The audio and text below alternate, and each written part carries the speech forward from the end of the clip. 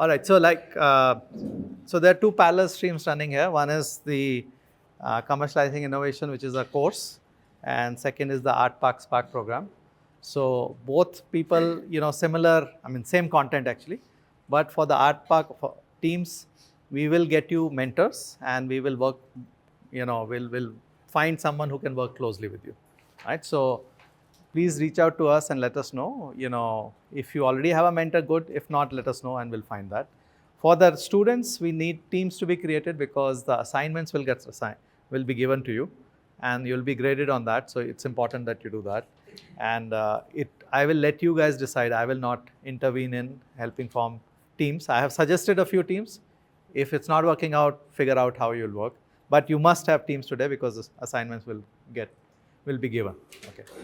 Okay, so just to do a quick recap, what we did in the last session or last class was to look at how startups at the beginning or how teams at the beginning take their ideas and start thinking about how they can do startups.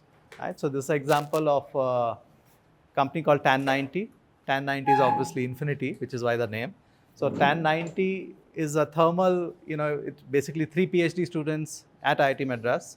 They came up with a new phase change material that was more energy efficient and it doesn't grow the biofilm. So it doesn't have the bacteria and other things don't grow on it.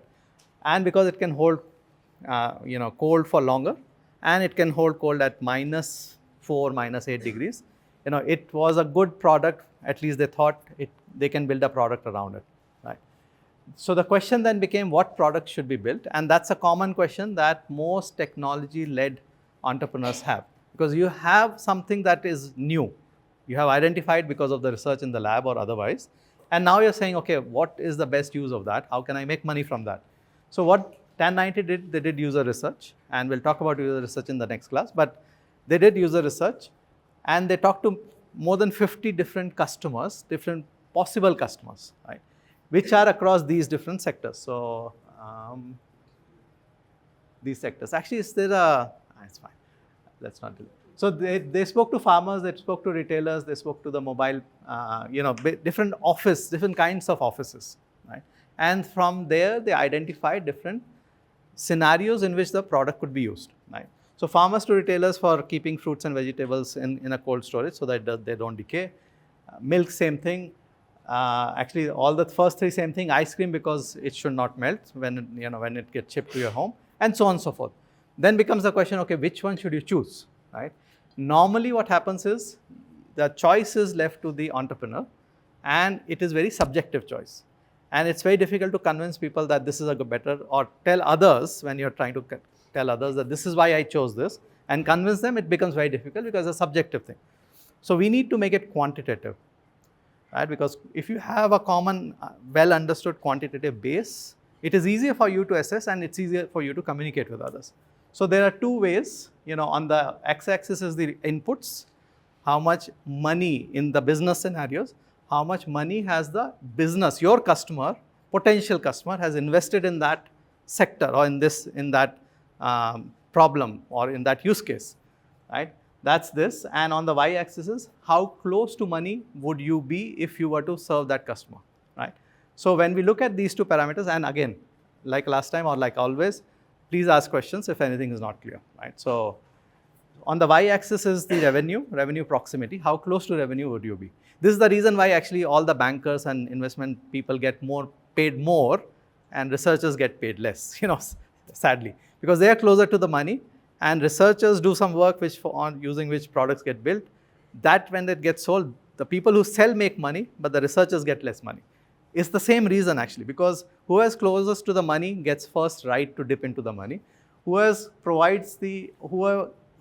is on the cost side does not make as much money. And the same thing holds true for businesses. So farmers to retailers ends up in the middle, right? Because the revenue proximity is indirect.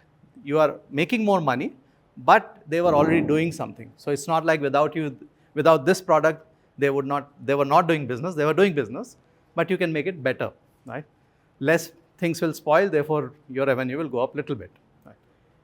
If you look at these two, they come to the right and to the, this one comes at the top, because without this, ice cream cannot be shipped, and other things like ice cream, right? So ice cream is just a placeholder. And it's more important, it's more money is spent, invested by the companies, which are the retailers shipping things to customers, right? And on the bottom, you get to see all the office related use cases, right? Which is a bit of counterintuitive, because you would expect data centers, for example, to be very, very important. And it is, normally you will say, that's the thing I would want to do, right? Because it's growing so fast and GPUs are, generating so much heat and so on. But it's at the bottom, it's on the cost side, right? And the one you want to normally choose is on the top right. But should you choose that? That's the question, right? Because there's a market size that's also important, right? So without understanding what is the size of the market, it's actually an incomplete analysis, what we did last time. It's a good start, but it's not complete. So now let's look at how you would do a market size analysis and how you would understand the market, because market is the most important thing for any person who wants to do a startup, right? So what does one normally do? And I'm sure you will also do this if you were asked in your assignment. Your assignment will be something along these lines, okay? So for people doing startups, obviously you have done something like this already. So normally what you do is, when you say, okay, I want to do a startup in some area, you go to the internet and you basically search, right? And the search would be cold storage, what's the market size? Because that's the area you are in. We are looking at 1090 as our use case. And the number seems to be very, very large, right? 167 billion growing up to 435 billion. We are somewhere at the beginning, so 188 billion, large market, good to do. But we are sitting, we are not doing everything. Cold storage is a large market. So then you refine your search query and you find quickly that, this whole market, numbers are a little different, it's fine. We will not worry about that. But important part is that it is split into these subcategories. And 1090 cannot do all of them. So you'll have to rule out, 1090 will have to rule out refrigerators. And they're not building refrigerators. They're not building freezers. They're likely building cold rooms, right? Or cold storage solutions, not ice machines and so on. So this color is what we are interested in, which is 40% of the market, which is actually not bad. 40% of that number, assuming that's right, is still a large number, right? 188 or 200 billion into 80 billion, huge market. Good to go. But there are other options also. And this is the first one is the HVAC. HVAC is heating, ventilation and cooling. So all the, the cooling that's here in this room and everything is part of HVAC, right? The air conditioner is sitting on the top of the building or somewhere outside. That's part of HVAC. That's a large market too, right? So then, and you will say, no, HVAC is too big. We are not in heating and ventilation. We are only in cooling. So you look at this, look at air conditioning, large market. Everything is large market. So basically, all the choices are very much on the table, right? But next thing would be say, we are actually in India. We don't want global markets. We want Indian markets.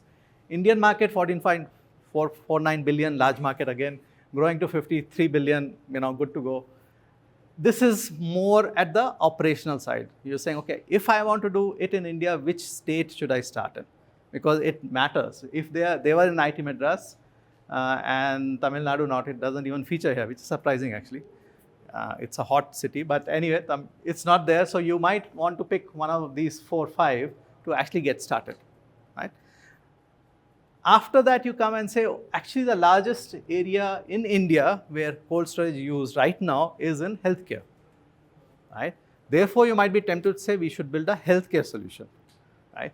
But if you look at global markets, healthcare is not in the top 5, 10, right? Which implies that the cold storage solutions in India are underdeveloped, right? And globally, if India trends to what the world is, we will actually get pharmaceuticals is there. Which one is that now? Maybe this, right? So pharmaceuticals, they are roughly 20%. But if you look at this, fish, meat, and seafood is slightly bigger than this. So you might say, okay, maybe we should do that, right? So these are various ways you would estimate the size of the market. All of them are wrong, right? The reason they are wrong is this. This is the pitch deck that was used by Uber to raise capital, right? These are 2 slides from that pitch deck. It was called Uber Cab at that time when they first went to VCs, investors, to raise capital, right? They looked at similar analysis they did. They looked at all the possible uses of taxi services in urban US, which is the country they were operating in. Right? This is 2007. And they looked at the retail is 64%, which is non-airport trips. And retail is 12%. This is airport trips, which is what in India Meru Cabs started as. Right? If you remember, Meru Cabs was only doing that, which is 12% market. Actually, not a bad place to start. Right? But these guys said we want to do this 64%. That's the largest market. Obviously, you should do that, right? So that's what they did. Then they said, okay, is the market large? And they looked at the most densely populated cities in US, because that's where the service requirement is the highest. You know, a small area, lots of people requiring, so you don't need too many cabs. You can serve them well, you know, with a fewer cabs. So that's was the idea. They looked at all of this, and the market size comes to be $4.31 billion, $4.3 billion. Yeah. These reports are usually not openly available. Most of them are, all of these are open reports. I have not paid for any of it. Yet. They are less, but they are still open. What happens is, for them to tell the potential buyers that they have useful information, they reveal some information. And that's enough for us to actually do analysis. So which website should we trust while finding the data? Correct? No, you can't trust any one site. You'll have to triangulate. Right? So you'll have to pick from 2-3 different sites and then pick the one and come to a number which is reasonable. But like I said, all of this is not a right way of doing anyway. It's a good starting point, but it's not a good, you know, finishing point. So I'll come to that. Right? But typically not one website. You need to look at multiple and pick. Right? But by the way, even a venture capital company like Axel does not pay for any of these reports. So I think we can do without paying paid reports for a very, very long time. Right? So I don't know if Uber paid for it, but I have no idea. But $4.3 billion is the size of the market in US, and Uber said that's a large market. Investors agreed with that, and everything, you know, and I think what they also did was to actually make a case that the market is fragmented. So if there's a large player dominating the market, like in India today, Uber and Ola are dominating the market, third player or fourth player like Namayatri or Blue Smart find it difficult to crack the market and find it difficult to find investors who will support them. Right? You can find them, and both of them have found investors, but it becomes a little bit difficult. But if it's a fragmented market, top 4 players only 22% of the revenue, it becomes easier for you to make a case saying it's an unorganized market. We will make it more structured. Right? And what does structured or organized, unorganized means? Unorganized market means that the quality of service that you will get as a consumer is not always guaranteed. Right? An organized retailer, you can expect similar experience every time. Right? So that's why typically world moves from unorganized to organized. So that's the story that they had, and they basically looked at it, you know, at the next level of detail. But one way or another, basically they came up to a conclusion that's a large market, and I think everyone agreed with that also. And they got funding, and which is great. But if you look at the situation after 10 years or so of their running the business, the revenues they were generating were 17 billion in 2021 and 31 billion in 32 billion in 2022. And the market estimates of 4.2 billion. Right? So clearly they underestimated the size of the market. Right? And this is the problem happens when you do a market analysis based on the current reports that are available in the market. You end up either underestimating or overestimating. Underestimating when the market is on an upswing and it's going to grow fast, because analysts are not entrepreneurs. They can't understand how the world will change. Entrepreneurs can, because they are changing the world. Right? So therefore their numbers will typically be lower. Right? And that's, you know, you can say, oh, but 32 billion, they are also doing Uber Eats, so maybe that's the largest market. You know, so you can actually make sure the numbers add up.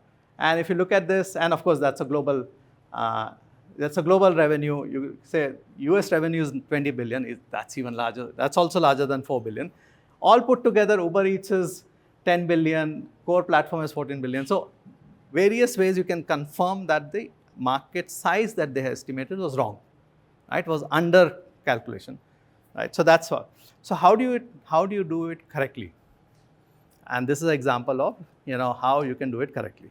Airbnb, I'm sure everyone knows Airbnb. The way they did was they looked at how many trips happen in the world.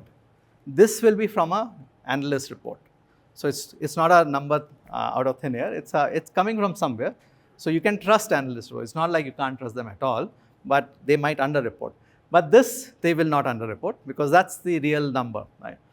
There are platforms across the world, which actually Sabre and others, on which everyone has built their own products, right? So 2 billion, 1/4 of that they said are budget travels, so 500 million.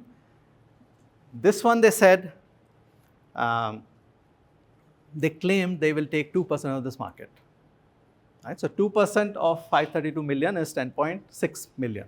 So they claim they can get a 10.6 million bookings on their platform.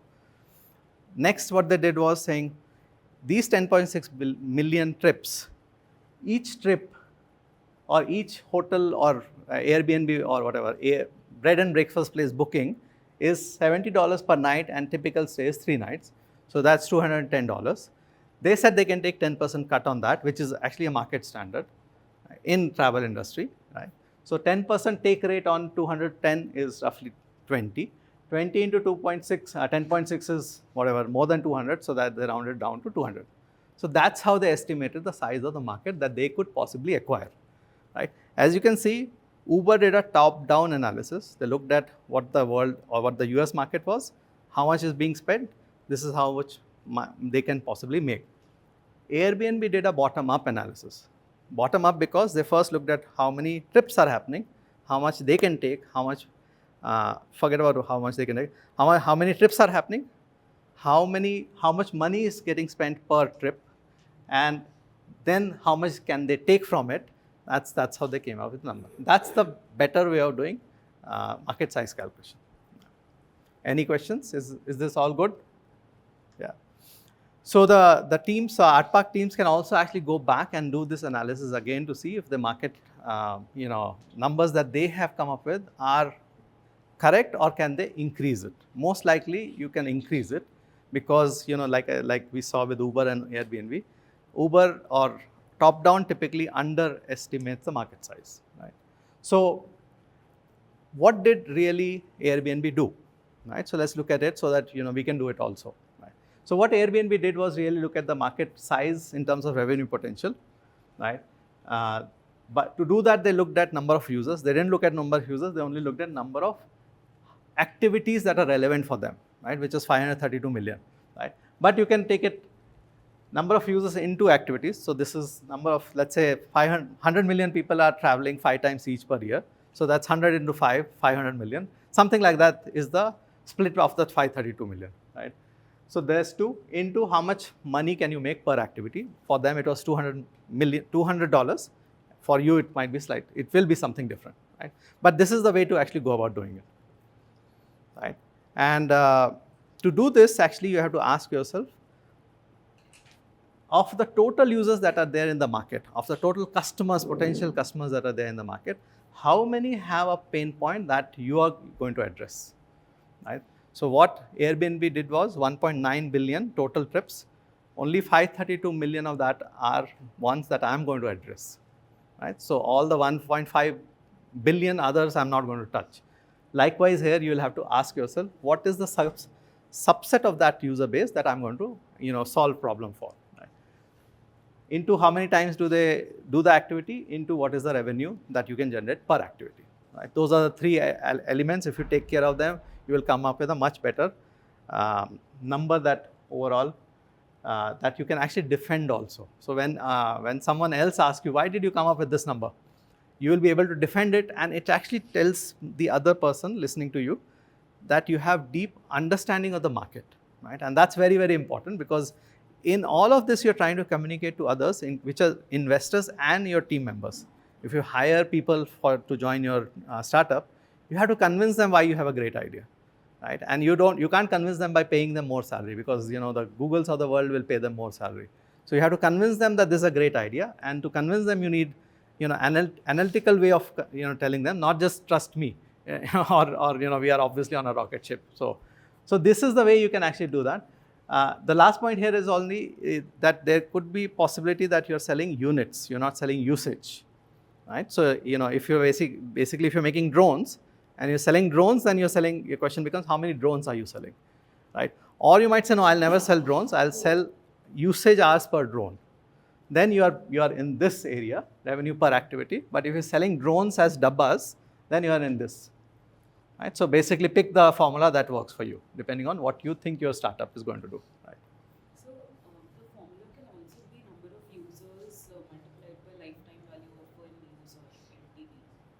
Okay, I should repeat the question because some people are online. Yes, so the question is, can the formula be number of users into lifetime value per user? Yes, answer is yes. But Revenue per unit is also yeah, you're right. So revenue per unit is actually lifetime value. Yeah. You're actually right. Yeah. So this formula you can also look at as number of users into lifetime value of user in that industry. Right. So correct. Good point. Yeah.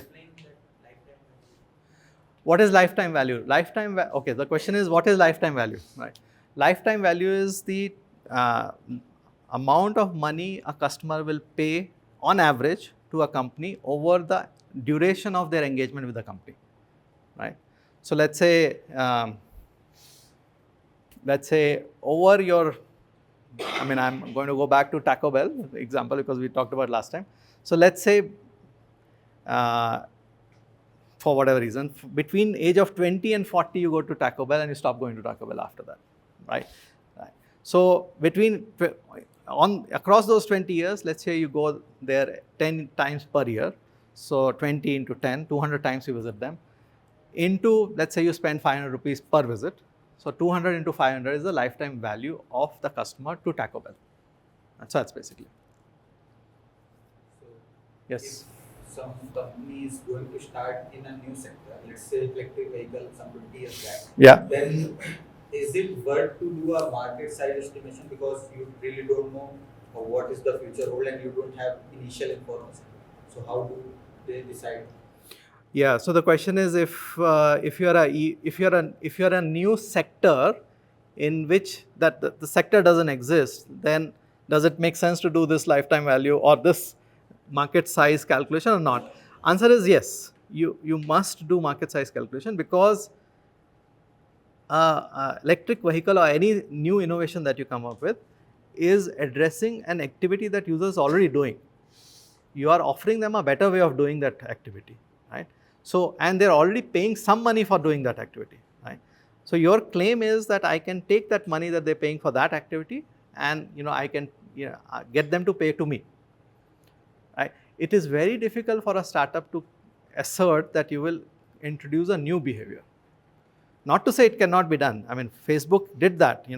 People spending hours on internet, is Facebook's contribution, or Google did that, right?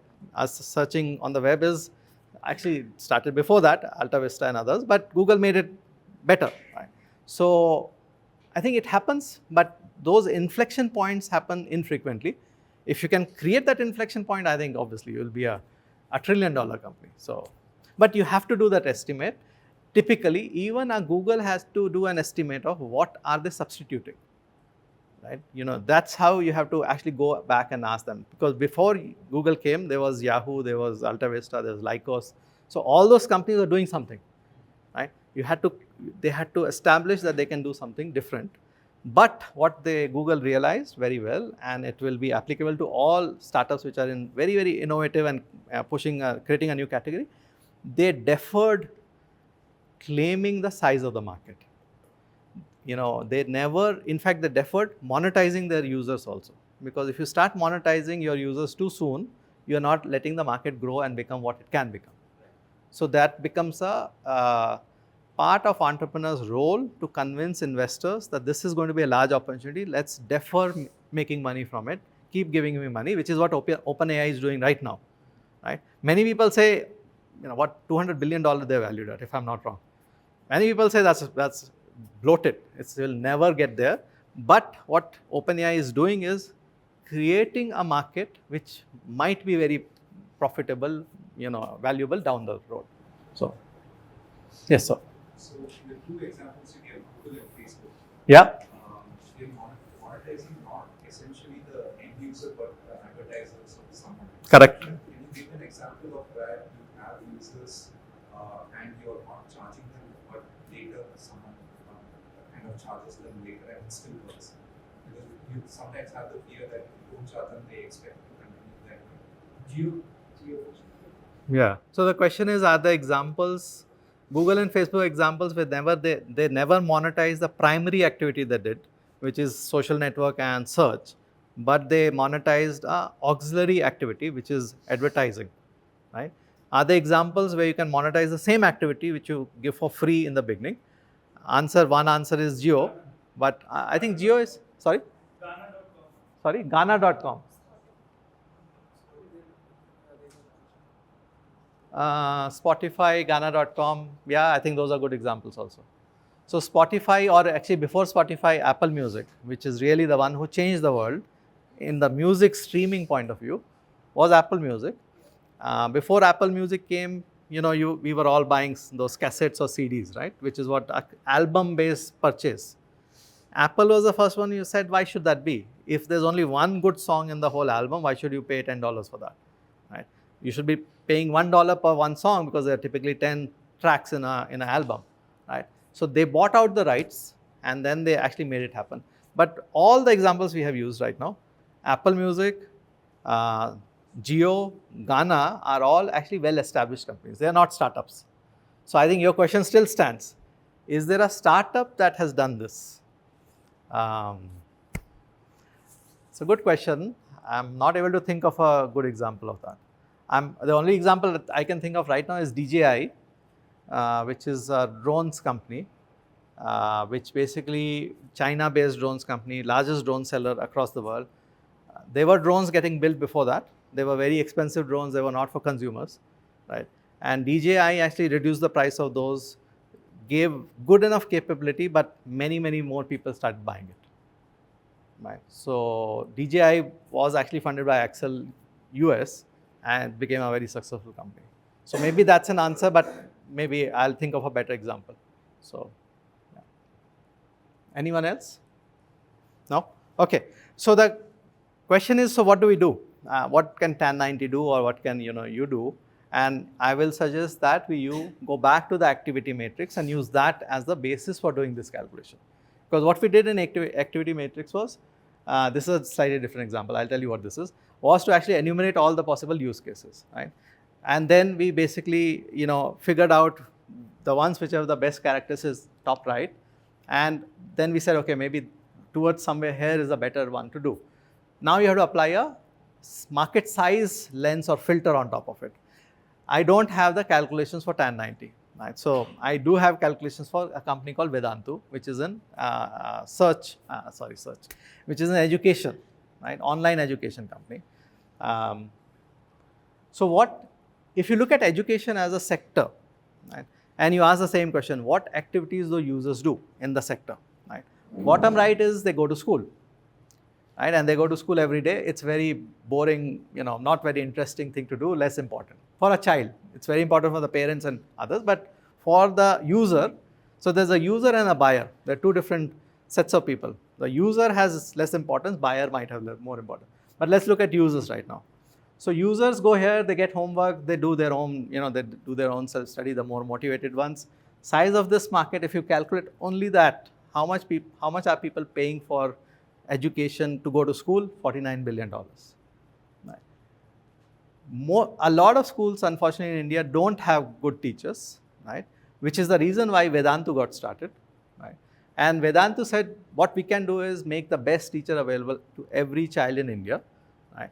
And we'll do it because we have internet now, we can do it online, right? Tuition classes, large business, $17 billion. Right? So basically you take the activities the user is doing, put it in different, in this activity matrix, and then you start looking at each of them separately, each box separately, each of the 9 boxes separately, and you start filling it in. Right? That's how basically you do. So 17 billion here, 12 billion only for taking quizzes and tests. right? So that's how much money people spend just to take tests and get told that, you're doing good in physics and chemistry, but math is weak. Here are some practice things for you, right? So that's a large market. Online, not online, but doing experiments is another big gap in India, because lots of schools don't have good functional labs, right? So there are a lot of entrepreneurs who have come and said, we'll give them better labs, right? That's a large market also, 13 billion. Everything is a large market, bottom line. So you could basically choose between these, 6 possibilities, right? Likewise, when you do it for your own startup, for your own idea, I think you'll be able to do something like this. What it'll give you is, actually, so first, before that, how do you come to these numbers? You go back to analyst reports, right? Because obviously, you go back to either analyst reports or you go back and do the bottom-up calculations. Here, the numbers are from analyst reports, right? So this is the analyst report. You can see it's AISHE and MHRD and all those people who have done lots of analysis of Indian education sector and figured out, where's the money getting spent and blah, blah, blah. You use that and you come up with the numbers, right? So I was saying either you do that or you do bottom-up calculation. So there are 2 possibilities. And bottom-up calculation, I will talk next, right? So, but this is using analyst report coming up with good way, right? Using this, going back here, at the bottom is a term that you would have heard, or if people who are listening for the first time, commonly used term in the startup ecosystem called total addressable market, TAM, right? People ask, what's the TAM of your idea? Which is how much money is getting spent in that category. All the money put together, right? For education, therefore, it's a sigma of all of this. That's a TAM, right? So that's a bottom way, up way of doing a TAM calculation.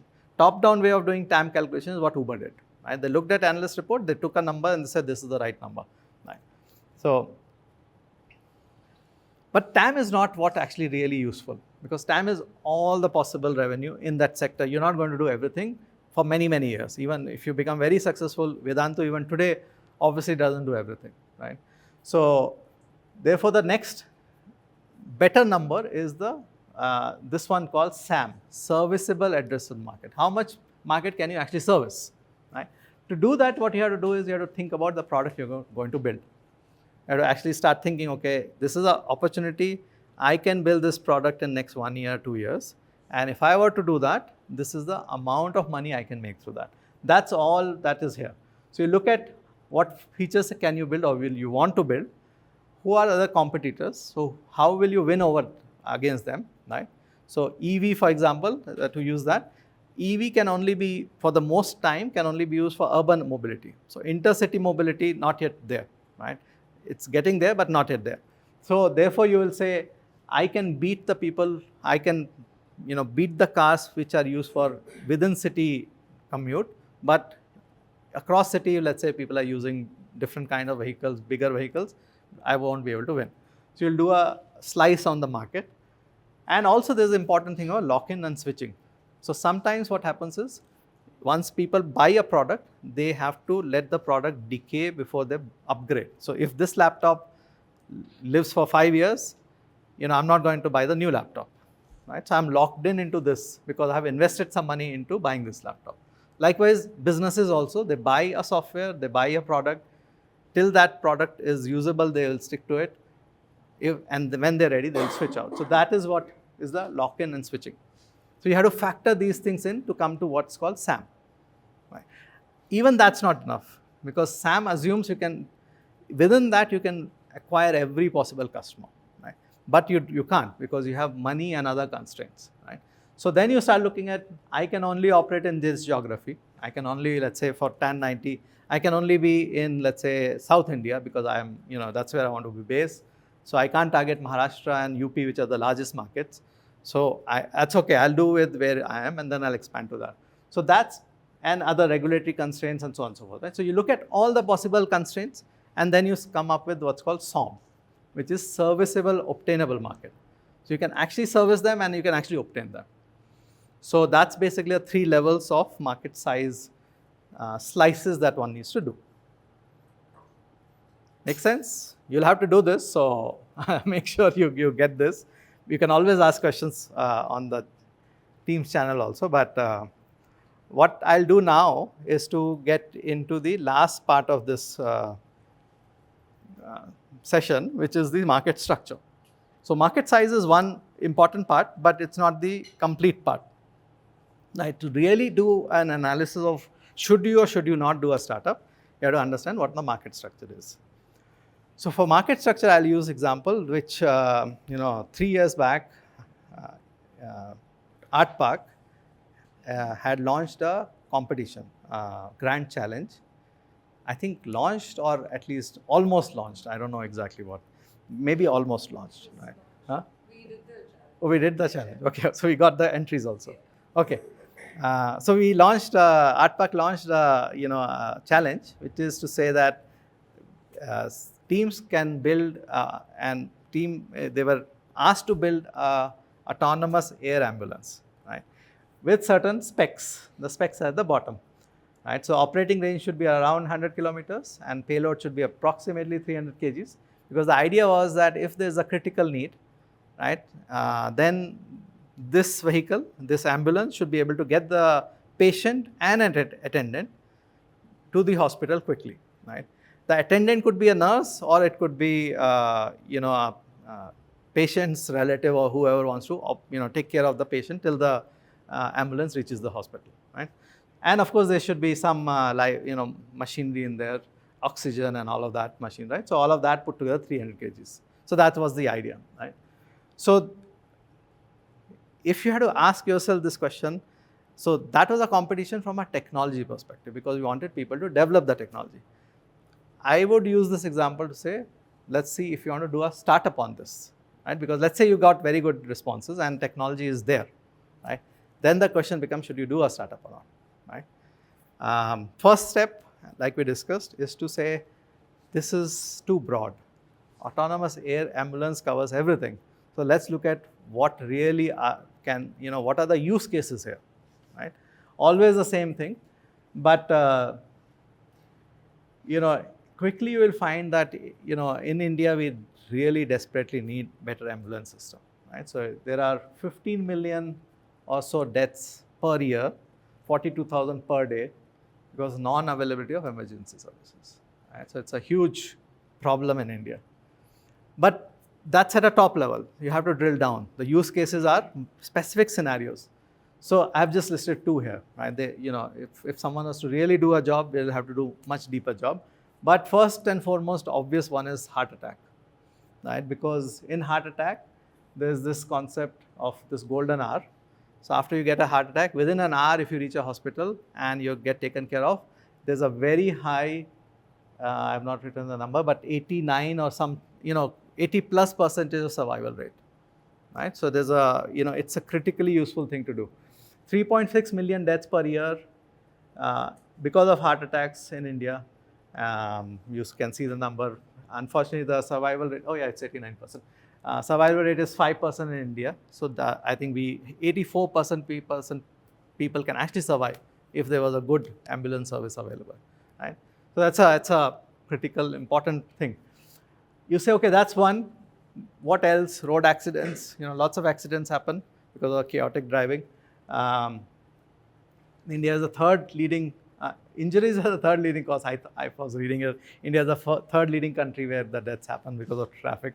But third leading cause of deaths in India, I won't read all of that. Basically, you can look at it and say, you basically want to analyze each use case in depth, right? After this, what next? Based on what we have discussed. How many we can, Huh? what share we can take? Before that, market size. Yeah. So always we start from the analyst reports because they're easiest. Just enter the keywords and you'll get the some random reports, right? So here's one random report that I picked up just to show. Numbers are large for air ambulance, 37.89 billion in 2030. Come here, some whatever, $20+ billion for sure. So large market. Then you say actually the requirement there was VTOL, right? Vertical takeoff and landing. So the fixed wings are not applicable. So get them out. Only the rotary wings. So that's the bottom. That's still 80%. Large market. So good to go. Next part. when you start doing it, and as an entrepreneur, you always have a positive optimism towards whatever you are building, right? That's why you're doing it.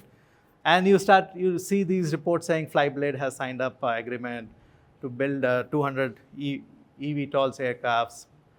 There are companies like E-Plane and other getting funded. So I think everything looks good, right? So you say, okay, we should do it, right?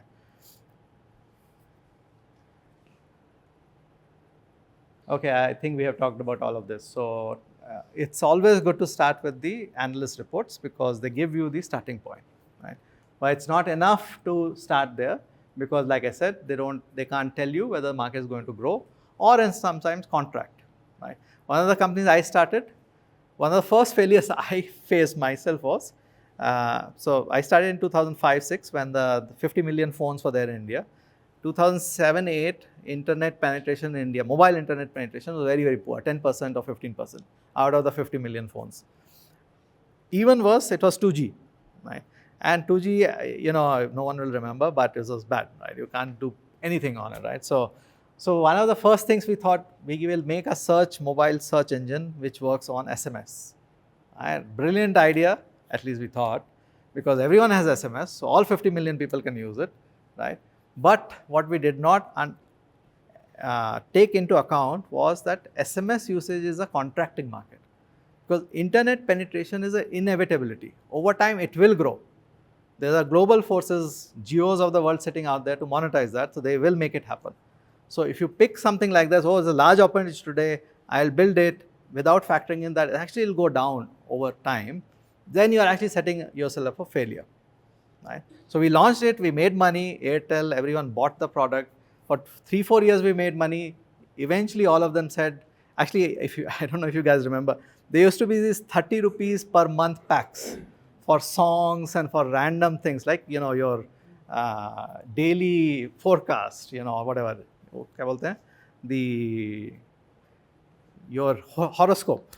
So people paying money for, for these things, and we said, oh wow, we are in exactly the right place. So much money is being made, we will also make money. We did make money, but it was a dying market. It was a contracting market.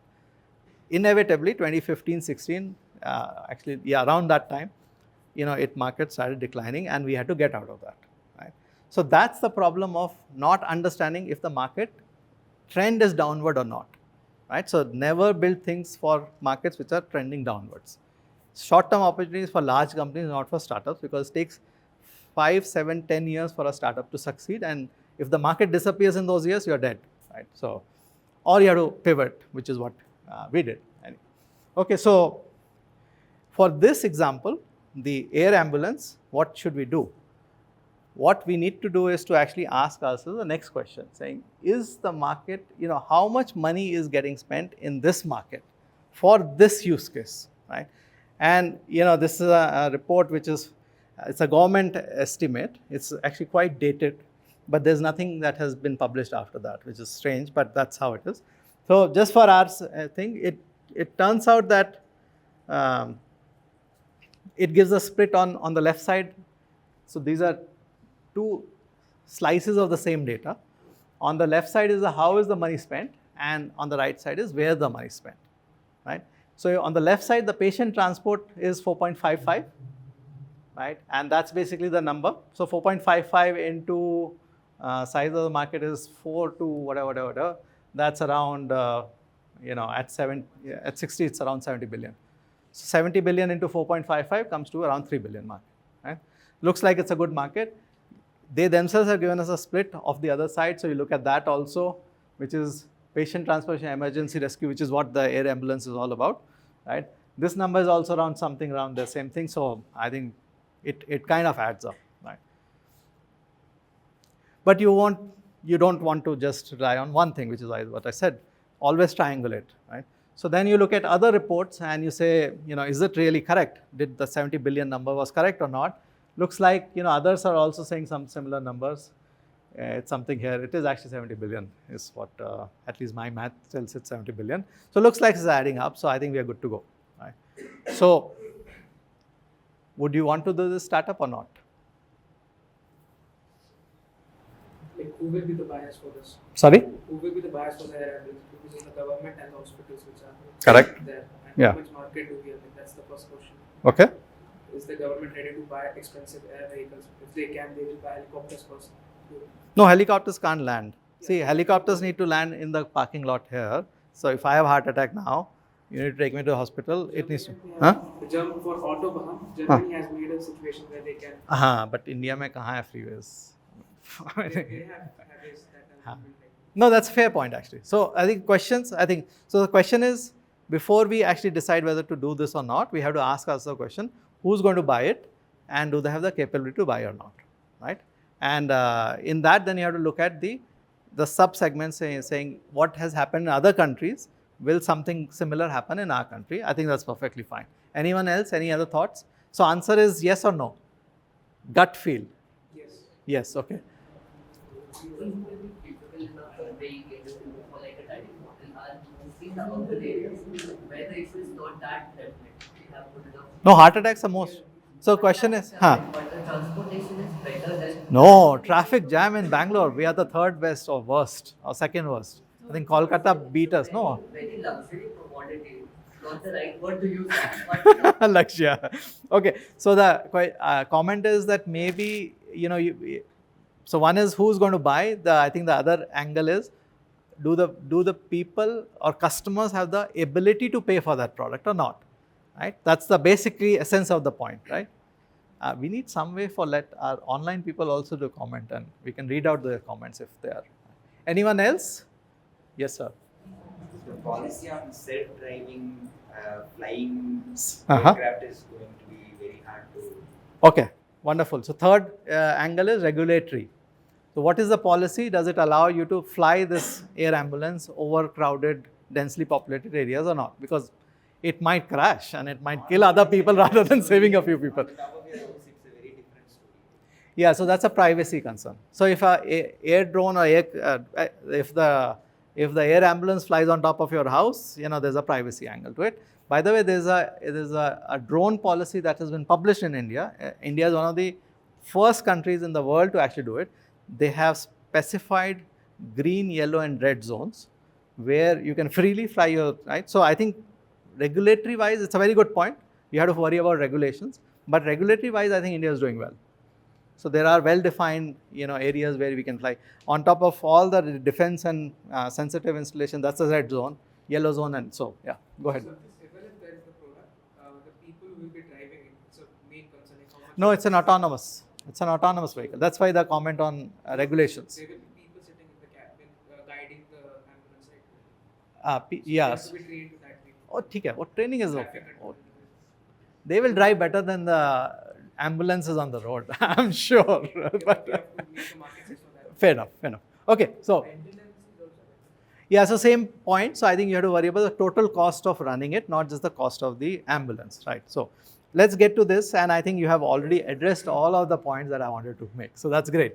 So first is to ask yourself, who spends the money, right? And this is data from US market.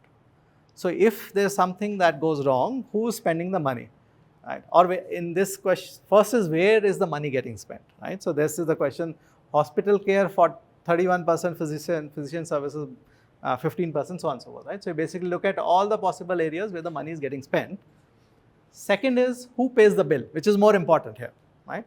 And in US, the private health insurance and the Medicare, which is also insurance provided by government, together add up to 44% of the 40% private health, whatever. I've done some math by adding this and some other guys. Basically, it comes to around 84%. 40% private health insurance and 44% federal and state, right? So only 15% is out of pocket, which is the patient's pay. In India, I guess you all know, the situation is very, very different, right? That's analysis done by folks at Axel, which when we were thinking about should we invest in healthcare sector or not, which is what 60+% money is out of pocket for patients, right? So as opposed to 15% in US, in India, most of the money is getting spent by patients themselves or their families, right? So that's basically, right? And there's a split of it. 45% is direct patient, 45 billion, so exact money, 65 billion total, 45 billion for secondary and tertiary care, under which the heart attack will fall. Right? So a lot of money actually getting spent by patients themselves. So one has to understand the structure of the market. By structure, we mean how is the money flowing and who's paying for that. Right? So where is it originating, the money flow, and where all is it stopping? Right? Who are dipping into that money flow? That's the structure of the market. And okay, so we have covered all of this. So India and US are very different. So you cannot take a US market and say, oh, the air ambulance is already working in US, therefore it has to work in India. We are just, few years behind them and therefore replicate it. Not easy, not correct thing to do. You have to understand the structure of the market. Right? Then you have to ask yourself, do people have the ability to pay and the willingness to pay? Right? So that's a great point. I think exactly what one needs to always do. And this is what, again, Axel, when we were doing analysis, we wanted to understand, will people have the ability to pay? It was not for air ambulance. It was just a more general analysis of the healthcare sector itself. Right? And it turns out that in India, healthcare is actually a big drain on people's savings. People are taking large loans to actually, take care of these unexpected scenarios, emergencies, right? So then you have to start asking, is it possible or not possible? And the third point and last point was you have to understand how the money is flowing. Is it through public sector, private sector? If it's public sector, because a lot of people in India, if they're government employees, they get the insurances provided by government. They are required to go to government hospitals and so on and so forth. So there's lots of details here. So it's not easy to make a decision, right? And that's the hard work that one has to do. One has to actually understand all of this before you say, this is the startup I want to do, right? So that's what we always need to do. But let's come to our question, which is, should we do air ambulance or not? Right. So this is one indication, so which says air ambulance services in total in India is around between 410 and 430 billion. So let's say 420 billion, something like that. It's less than $500 million market. So it's a relatively small market in India today, right? There are only 2.2 lakh ambulances in all of India, right? So, and out of that, government runs a lot of these and they are mostly free. Patients don't pay for it. These are free services, right? So that's basically. So the reason to all of this is to go back and do the bottom-up calculation, because the only correct way of doing this market size calculation is bottom-up, right? So the market size calculation bottom-up for this example would be 2.2 ambulances. Let's assume 2 unbundling activities. You can read all of this, so I'll not read it. But if you have any questions, you can ask me. Can you go to the last slide? Can I go to? Here we can clearly see that in the period of 6 years, the CAGR growth is only 4.45. Correct. So if we show the data to our investors who are investing, Correct. and they have a better opportunity to invest, then there is a high possibility they will not try to take the risk. Correct. Agreed. But like I said, analyst reports are always wrong. Not always wrong. In high growth or high, either highly growing or highly contracting markets, analyst reports will be wrong, right? So therefore, your responsibility would be to show to others that this is a small market today, but with this air ambulance, which is a new thing that has come up, the market will grow and become much larger, right? Because analysts are just looking at what has happened last 5 years, do a projection of it forward, and then they're taking 4.45 and they're saying this is a market. So that's what they would do, because they cannot look into the future. But entrepreneurs can look into the future. They always do. So that's why it's your responsibility to make a case, no, this will actually grow faster than that. So Yeah. Is the growth of this market important? Because CAGR, in terms of the return that you're expecting, is kind of... No, CAGR is not return. CAGR is just a cumulative growth across. So it's a growth of the market itself. So is it important? Like, Is it the important? market is large enough and you're getting a large part of it already? No, first of all, it's not a large market. 500 million is a small market. Then you'll ask, why is 500 million a small market? I can answer that question. But 500 million typically is considered a small market. If let's say it's a 700 million market and the investors are saying I need at least $1 billion market, then you will say no, market is going to go much faster. Then CAGR becomes useful. CAGR is cumulative annual growth rate. Huh?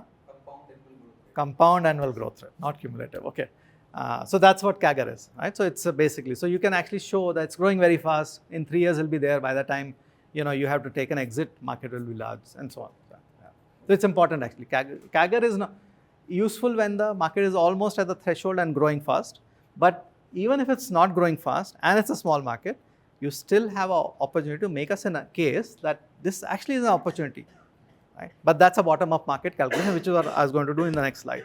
Yeah. So I don't think so that considering the case scenario of road accidents increasing more because the highways which are built in India right now. No. You're right. So comment is road accidents are going to go down. Therefore, the need for ambulances will go down. Therefore, the market size will contract. No, I'm saying okay, ulta. Because India is not prepared for the roads that are built right now. Because I had the opportunity of riding on Samruddhi Highway, and after every 10 or 15 kilometers, I could see a car accident over there. Okay, so your point is, as the more highways get built, people will start driving faster. They will have worse accidents, and therefore the need for this will go up. You could make a case like that, but you will need a.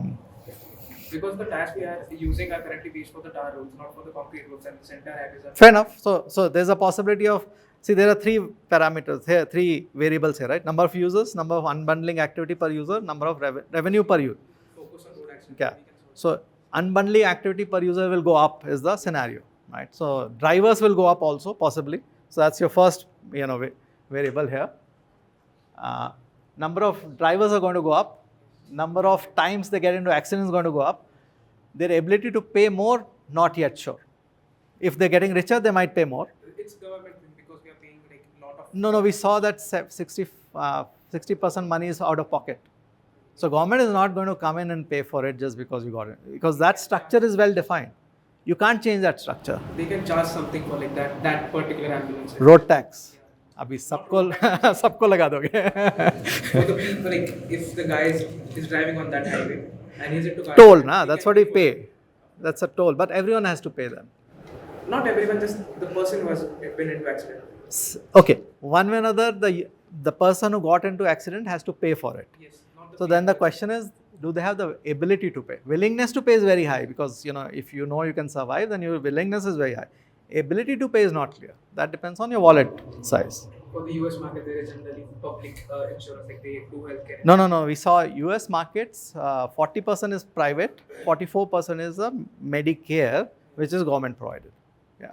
But the more important point is, insurance penetration is very high in US. It's 3 to 5% in India. So that's the difference between US and India, which is why in US, a lot of healthcare initiatives are insurance driven. They are not consumer centric, they are insurance centric. They help insurance people to make more money or increase the efficiency of hospital, blah, blah, all of that. So, yeah, please go ahead. You have to consider we have a target demographic, right? Yeah. The percentage for out of pocket was for the entire population of India. Right? Correct. Don't we have to consider what target demographic we are looking at and how much insurance penetration that? Okay, so the question is, to do this calculation, do we need to look at only the sub-segment of the customer that you're going after? Answer is yes. We should look at only the specific, which is what I think I had mentioned earlier. You have to slice it like Airbnb did. Out of 1.9 billion, only 532 million are in the budget travel, and those are the ones I will go after. You have to do that. There's a question online. Yeah. What market size is considered a large market size in India? Okay, what market size is considered large market size in India? The question has come up second time. $1 billion more is considered a large market size, right? Why is it a large market size? I will answer this in next class, because there is a very simple math that you have to look from a VC angle, because VC needs to return the money, investors need to return money that they raise from their investors, who are called limited partners, LPs. So that math ends up being more than $1 billion or more, right, for a startup. So. In certain sectors, Yeah. you have government itself is out there. Let's say in defense, you have all these DRDO labs Yes. and HAL, which is a PSU. So when they do a defense market thing, Yes. and then they size it at a certain billion price, like do you have to actually discount the government labs and the PSU because they are not, you cannot service them, right? Yeah. Unless Yeah. So the question is, if you are going to sell to defense or market size calculation of defense? market size calculation. Okay, so markets, yeah, if you have to, if the lot of money is actually getting, a lot of market is defined by defense, DRDO, HAL and others, can you sell to them? And if not, should you discount the market in the SAM or SOM, right? Answer is you should discount it because it's a total market size, but it is not available market size. It's not available to you because it might be available. I think more, if you look at IdeaForge, that company that went IPO, 77% of their revenue is from defense. So you can sell to defense, and now over the last 5-7 years, the way to sell to defense has been, or way to sell to government in general, has been cleaned up a lot. So there are companies now getting built which are actually selling to government and doing good job. The auxiliary question to that is, if you're selling only to defense, would investors support you or not? Answer to that is, still today there's a little reluctance on part of investors to support those ventures, but we are seeing signs that it might change. There are few investors who have already invested in the defense heavy startups. So it's beginning to happen. What is the hesitation from investor side to support startups which are doing defense or government only things? This is not government only issue. There is always a hesitation in investors when you have a single customer who is the largest revenue generator for you, because it's called concentration risk. Because if that one customer walks away, your company will die, right? And in government case, the requirements might change.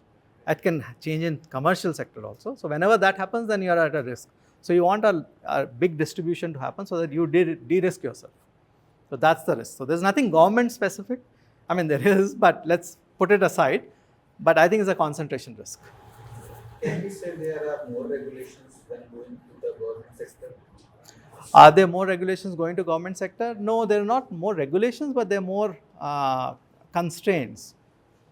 Because there are certain procedures that government has, whether it's a GEM platform, use of that. So there are RFP processes. So there are more requirements that you have to face. But I think, especially here, sitting here at ISC, ARTPARK is very well, suited to help you on all those fronts. So ARTPARK has got people who are, let's say, from defense background, to help companies to sell to government. So I think that can be taken care of. Right. Another question on that, is it the TAM or SOM that needs to be $1 billion, over $1 billion? Very good question. So should the TAM be $1 billion or should the SOM be $1 billion? Yeah, I think it has to be SOM. Right. And I think the math, again, third time, I'll definitely start with that next time. Why should it be $1 billion? Right. That's very important question. I'll answer that first thing. Yes, sir. So the calculation that Uh-huh. So the calculation that you put on the slide. This one? Yeah. Yeah. So you're comparing with the current state of affairs, which is the 2.2 ambulances and the current willingness to pay. Yeah. But as India goes, your willingness to pay and ability to pay also might be higher than Yeah. this numbers. Yeah. Because you're doing an app travel. Yeah. And so why didn't you take the total number of high-risk population, which is people above 40 years for heart attacks? Yeah. And their willingness to kind of cover themselves like a subscription model in a conference or something like that. So, like, why did you choose this over that? All right, so let me try to repeat the question. So the question is, in this calculation on this sheet, why is this number 2 lakh ambulances and not all the patients, users who might get a heart attack, which is, let's say, above 40, and thanks to COVID, the numbers have gone up. So why not think of all the, high risk people and then take that and calculate TAM or SAM or SOM based on that. And I think that's a very good way of looking at it. And the only caveat to that is then you'll have to build an insurance program, so to say. So they subscribe to that insurance program, which includes the air ambulance service in part of that. So then what you're doing is selling this service to an insurance company, and actually you're monetizing through insurance company, right? Because that's what that's what insurance does, right? If you have a heart attack, we will make sure an air ambulance comes to you in 30 minutes, which is what a lot of car insurance companies give, right? If you have an accident, you will get a towing truck, or if you need petrol, someone will come give you 5 liters of petrol. That's an insurance. So you're selling through insurance, which actually is a very wonderful thing to think about, right? The only caveat is the insurance penetration rate in India is low. But I think that goes back to his point saying, why should we want to worry about whole of India? Look at only people who have the ability to pay. So if the ability to pay already are paying insurance, then actually it's a good market. So maybe it's a good exercise to do if that market is large or not. Good point, very nice. I think that's what different entrepreneurs do. They look at the same market from different lenses, and they come up with these interesting ways of monetizing. This is a business model innovation. The product is air ambulance, already let's say created. Now you're thinking, can I actually make money? This is how people actually come up with good ways of making money. But I'll ask you this question so that we can finish the class. Would you do it or not? 7.5 billion market. Yes? No? No, okay. There are many yeses, few no's. Or are there one no here, anyone else says no, despite 7.5 billion market? No, only single no. Please tell us why no. No, I'm going off of that feeling. Oh, gut feel. After all the math, do. Obviously, it's worth running after the market size that you show. But there are some pieces that without them, it's going to fail. So Yeah. how do you address, for example, traffic management in the air and perception in the air? Correct. How do you know where you are and where somebody else is? No, but that, okay, fair enough. So I think the point is that gut feel is getting defined a little bit here, that perhaps things are not all sorted out from getting the patient from the place of incident to the hospital, right? So it's a possibility. So one has to factor them in. That's a market structure question also, actually, by the way. These are all you have to understand in the market structure. Okay. Okay, gut feel to more gut. Yeah. So, first we had road vehicles, then we had road ambulances. So we figured out how the road works, and then we had road ambulances. Right now we have no urban air mobility. Right. Like no one is flying eVTOLs in India. Right. So directly going and doing emergency care. Okay, so I think, yeah, that's. A bit hasty. Yeah, so I think your point is that typically there's a standard way in which a market develops, and typically the market develops by people using the device, product first, and then emergency services getting layered on top of it. But actually, if you look globally, the successful drone companies globally in services business, other than DJI, are all in the medical emergency services. So what has happened a lot in African countries is that if you want to send medicines from a centralized place to a distant village, they actually have used a fixed wing drone for that. So I forget the name of the company, but we had looked at all of them when we were designing this challenge. So what the way to look at is go back to the activity matrix and look at the importance of the activity and importance of the activity and the frequency of the activity. Right. So the importance, if it's highest for emergency services, then it comes to the top row. Right. Then you have to look at, is it, who's willing to pay, how much money. If government is paying it, right, then I think you're okay, because emergency. So it might actually come first before a general population adopting it, because the general population will not adopt it because they would be risk of saying, will it crash, right? Do I really want an air taxi, which will save me half an hour, but has higher probability of failure, crash, than a taxi which typically doesn't, yeah. So people will have that calculation in their head.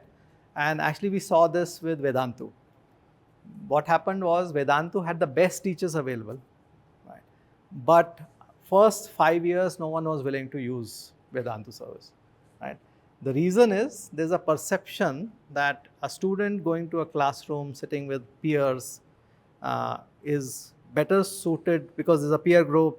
There is no distraction on internet, on laptop. If you're doing your class, you might flip to another window and start watching IPL, right? Who knows?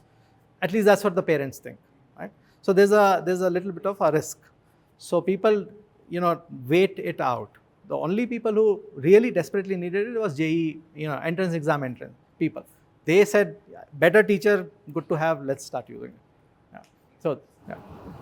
So what my gut feeling for this is like. Your yes or your no gut feeling? Yes, gut feeling. Okay. Gut feel क्या अभी तो number है. The number is there, but okay. Number does not speak the correct language. Okay. The initial setup cost is more for this. Like you have to build an entire team to manage all of this. Yeah. But once it starts to show results, every other, like do it for one city or do it for one state, every other state will feel the need of having this. Right. It's a basic fundamental thing that there should be. So correct.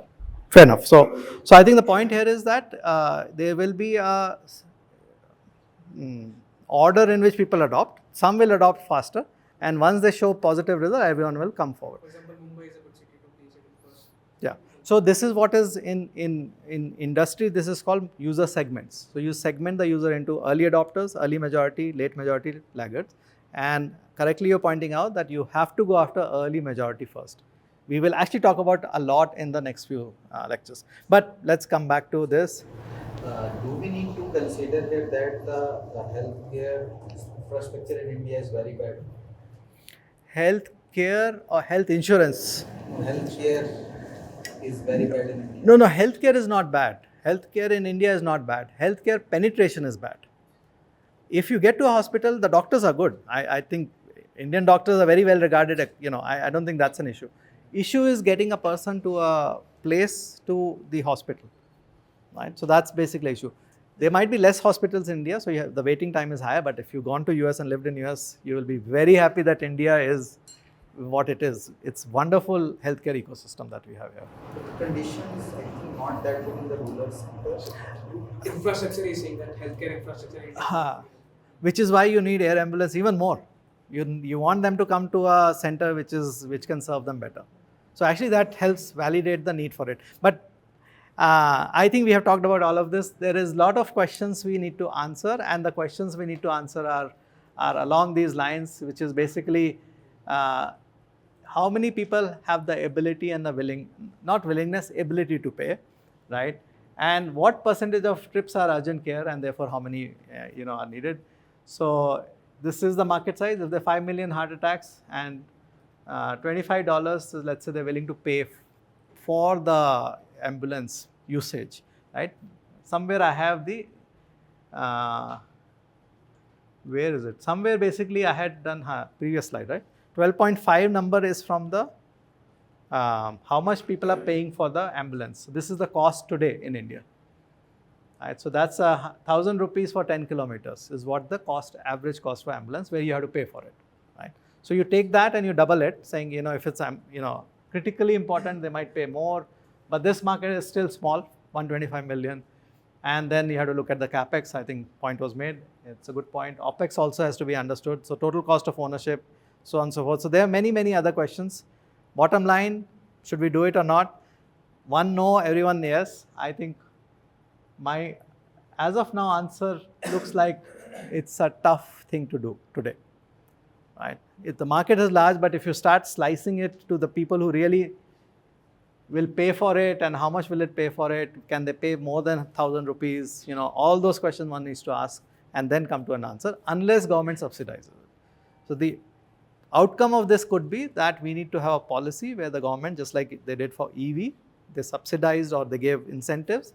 Something similar will need to be done here for this to take off, right? So that's basically the essence of all of this, right? All right, tough thing as an entrepreneur, you want to do it, but you have to look at market, because end of the day, startups cannot survive if you can't make money, right? So it's not an impact social, activity that you're doing. You have to make a business out of it. So even if you want to do it, sometimes the market might not allow you to do it, right? And those times it is always good to honor the market, because markets are right. If you can't make money, you can't make money, right?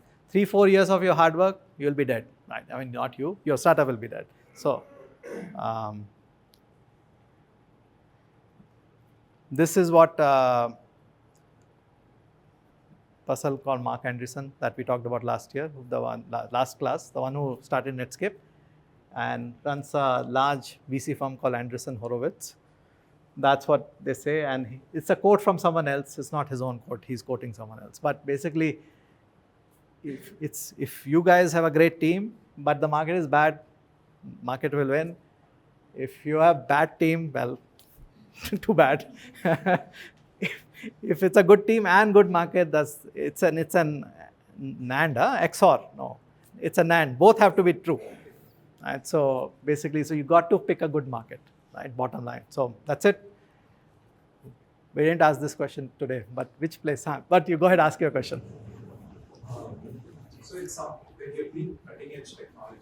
Yeah. The VTOL example. Yes. Or AI. Yeah.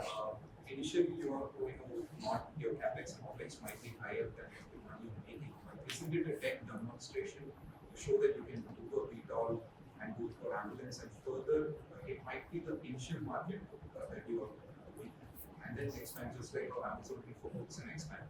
But what are the parameters that you need to select to hit that first small market? Though it might not be a big market, what parameters should a founder kind of look at and then start expanding? Because in the initial tech, naturally, in some cases, it might not be profitable in the beginning itself. Correct.